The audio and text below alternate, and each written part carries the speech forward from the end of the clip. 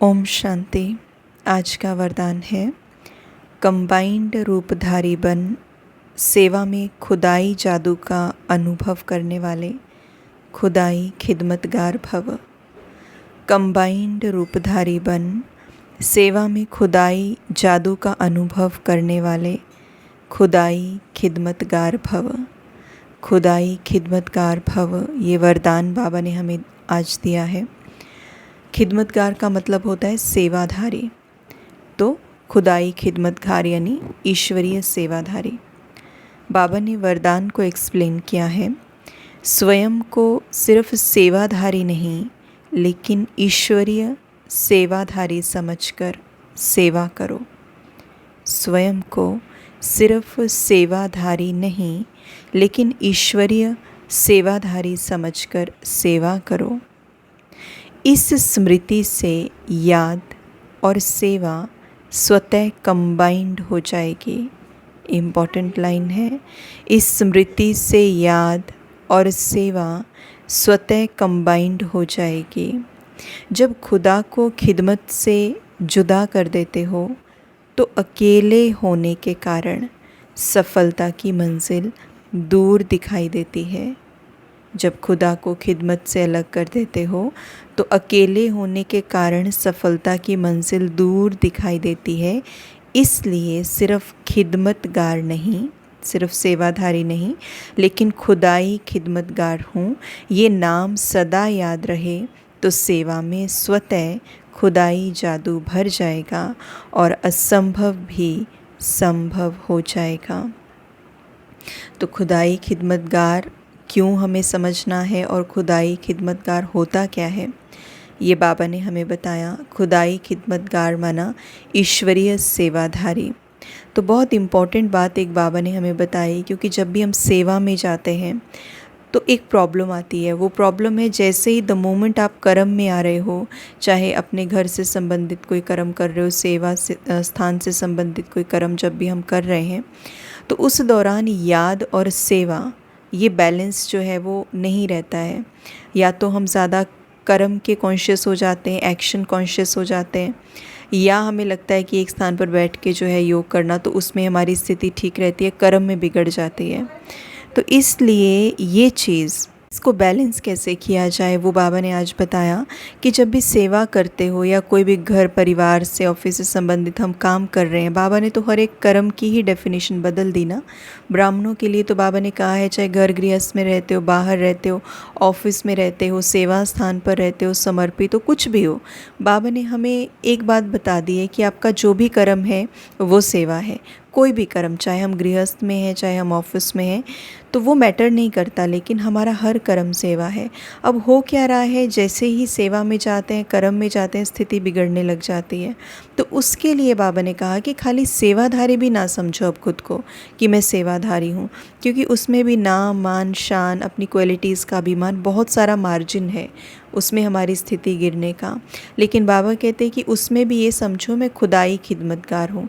जब ईश्वरीय सेवाधारी हूँ ये समझ में आता है, और जब ये लाइन याद रहती है कि मैं ईश्वरीय सेवाधारी हूँ, तो ईश्वर की श्रीमत हमें याद रहती है, उसकी जो डायरेक्शंस हैं जो उसने हमें बताया है वो भी याद रहता है। तो जब भी हम खुद को ईश्वरीय सेवाधारी समझेंगे तो उस कर्म को करते हुए जो मर्यादाएं बाबा ने हमें बताई हैं, सिखाई हैं, वो याद रहती हैं। तो उससे देभान आने के चांसेस बहुत रेयर हैं, नहीं आएंगे। तो इसलिए ये बहुत ज़्यादा ज़रूरी है कि हमारी स्मृति क्या रहती है जब हम कर्म करते हैं। तो आज बाबा ने कहा खुदाई खिदमतगार, ये समझ करके तुम बच्चों को कर्म करना है। तो बाबा कहते अगर ऐसे करेंगे कर्म तो खुद ही सेवा के अंदर जादू जो है वो खुदाई जादू भर जाएगा और असंभव कार्य भी संभव हो जाएगा। लेकिन बाबा ने ये भी मेंशन किया कि कई बार बच्चे जब खुद को खाली सेवाधारी समझते हैं और खुदा को खिदमत से दूर कर देते हैं, सेवा को और ईश्वरीय को और सेवा को दोनों को अलग कर देते हैं, तो बाबा ने कहा फिर फंस जाते हैं। उस दौरान क्या होता है, अकेले हो जाते हैं और मंजिल बड़ी दूर दिखाई देती है। तो इसलिए बाबा ने कहा दोनों को कंबाइंड कर दो, दोनों को जोड़ दो और ये स्मृति अपने भीतर संभालो कि मैं कौन सी आत्मा हूँ, मेरा कर्तव्य क्या है, मुझे इस कर्तव्य को करने के लिए किसने निमित्त बनाया है, मैं सेवाधारी हूँ, मेरा अपना तो कुछ अस्तित्व है ही नहीं, मैं तो परमात्मा के दिए हुए कार्य को कर रहा हूँ या मैं पैगाम देने के लिए हूँ, मैं मैसेंजर हूँ। तो अपने मन वचन कर्म से हमको वो मैसेज देते जाना है। तो इसीलिए बाबा ने कहा असंभव भी फिर संभव हो जाएगा। स्लोगन बाबा ने दिया, कर्म योगी बनना है तो कमल आसनधारी न्यारे और प्यारे बनो। कर्म योगी बनना है तो कमल आसनधारी यानी न्यारे और प्यारे बनो। कर्म योगी स्टेज क्या है? कर्म योगी स्टेज ये है कि जब भी हम कर्म कर रहे होते हैं तो हमें याद रहे। योग मतलब क्या? याद। तो कर्म करते हुए मुझे स्मृतियाँ रहनी चाहिए। कौन सी स्मृतियाँ? मैं कौन हूँ। अगेन वही आत्मा, परमात्मा, कनेक्शन, ड्रामा, है ना, कार्मिक फ़िलॉसफ़ी, दूसरों के संस्कार, स्वभाव की जो भी नॉलेज बाबा ने हमें दी है। क्योंकि कर्म में योग नहीं होता, उसका मतलब क्या है कि जब भी हम कोई कर्म में चलते हैं, करते हैं या कोई भी सिचुएशन हमारे सामने आती है तो उस समय भूल ही जाता है सब कुछ। मैं कौन सी आत्मा हूँ, या मैं आत्मा हूँ भी या मैं शरीर हूँ, या ये संबंध है या ये एक अन्य आत्मा है, या ये कार्मिक फ़िलॉसफ़ी है, सब कुछ ही भूल जाता है। तो कर्म तो कर रहे हैं लेकिन योग नहीं। योग को भी छोड़ दें हम, सिंपल शब्द लें, याद नहीं है। कर्म कर रहे हैं लेकिन हलचल में क्यों आ जा रहे हैं? क्योंकि हम उस चीज़ के साथ अटैच हो गए हैं। हमें याद ही भूल गया है कि मेरा अस्तित्व तो कितना अलग है। मुझे बाबा ने क्या बताया? आत्मा अजर अमर अविनाशी इंडिपेंडेंट है।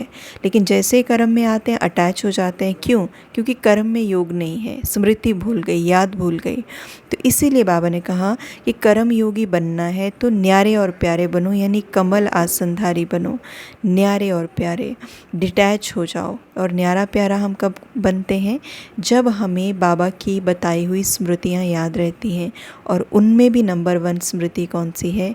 मैं कौन हूँ, हु एम आई। तो soul consciousness stage, body consciousness नहीं, सोल कॉन्शियसनेस स्टेज, यही बीज है। इसी के ऊपर हमें ध्यान देना है। तब हमारी कर्मयोगी स्थिति बन जाएगी और तब हम साक्षी होकर हर सीन को देख पाएंगे, न्यारे भी बनेंगे लेकिन साथ में प्यारे भी बनते रहेंगे।